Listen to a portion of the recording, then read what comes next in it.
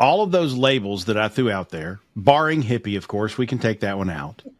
But all of those labels and what you just said about your activism in life and whatnot. Now, I don't want to offend you by saying this, but those aren't necessarily labels I would associate with someone from Massachusetts who went to Harvard and whose father was a rabbi. So connect those dots for me and tell me how you get from point A to point B in that life cycle. Well, I don't understand why they don't fit together for you. It seems to me obvious. Okay. Right? There's a great line, and I think it's in the David Dunaway biography of Pete Seeger. He says, if John F. Kennedy was the most famous member of Harvard class of 1940, whatever it was, Pete Seeger was its most famous dropout. Harvard's produced a lot of pretty great folk artists. I view myself as having grown up within folk music, but the folk music is primarily Jewish liturgical music, right? I grew up, my dad is a rabbi. He was a very, very good rabbi, both politically and religiously. And, we were what's called a conservative family and synagogue. This is not politics. My dad was very progressive politically, but it's a religious terminology, meaning that there are no instruments in the synagogue. These days there are synagogues that have organs and folk choirs. I think that's great. You should do whatever moves the spirit in you. But in the synagogue where my dad led things, we sang unaccompanied. One of my favorite. I miss Pop. He's been gone a long time, and Mama even longer. And I miss him every day of my life. But one time he said to me, "How did you turn out to be a country and western singer?" Kind of your question, right? Yeah. He didn't have the genre exactly right, close enough for folk music, like we say when we're tuning, right? Yep. And I said, "Well, Pop, you taught me." He said, "I did no such thing." I said, "Well, think about it. Think about the music we sang at home. We sang prayers before and after meals, right?" I said, first of all, we sang unaccompanied.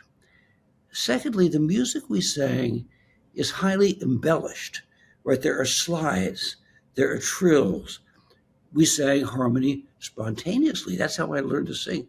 I said, we call that the high lonesome sound.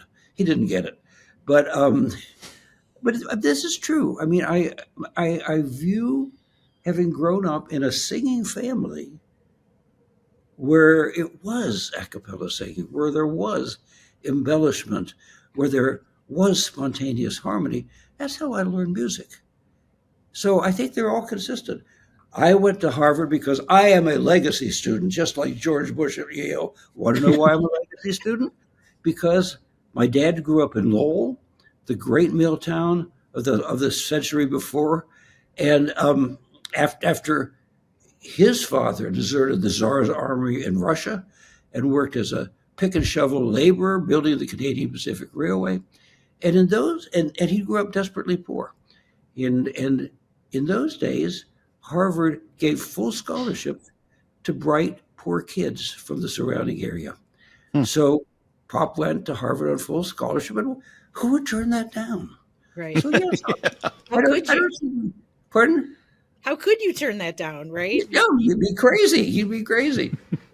And yeah, so I'm a Harvard legacy student. I will say it didn't work for me. I was a public school kid from a very small town in Pennsylvania. Pop was the rabbi at Penn State during the great football years. Yeah. There's this coach, wow. Joe Paterno, and there are these all-stars. Pop had the direct line, a working class kid who loved contact sports. And I used to tease him. I'm like, Pop. Oh, and we were what's called Shomer Shabbos, means we observed the Sabbath. We didn't ride on the Sabbath. And I'm like, Pop, and we would leave straight from the synagogue to walk to Beaver Stadium when there was a home game, so we didn't miss the opening kickoff. And I'm like, Pop, I'm not saying you ever rushed the Saturday morning services. I'm just saying that in all those years, we never missed an opening kickoff. I'm not saying you ever rushed the Friday night services, but when the opening bell rang for the Friday night fights, we were home sitting there, And, and like, it's sort of, I mean, I these days I see boxing as a little more brutal than I did as a kid. But, but boxing is one of those class-changing professions. And in those days, a lot of the boxers were Jewish, because we were, in those days, we were a poor and working class, constituency. So we used to root for the Jewish boxers. And our favorite was a guy whose name I don't remember, but he had a Star of David on his trunks, and he was fighting his way through medical school. I mean, what else could you want? Wow.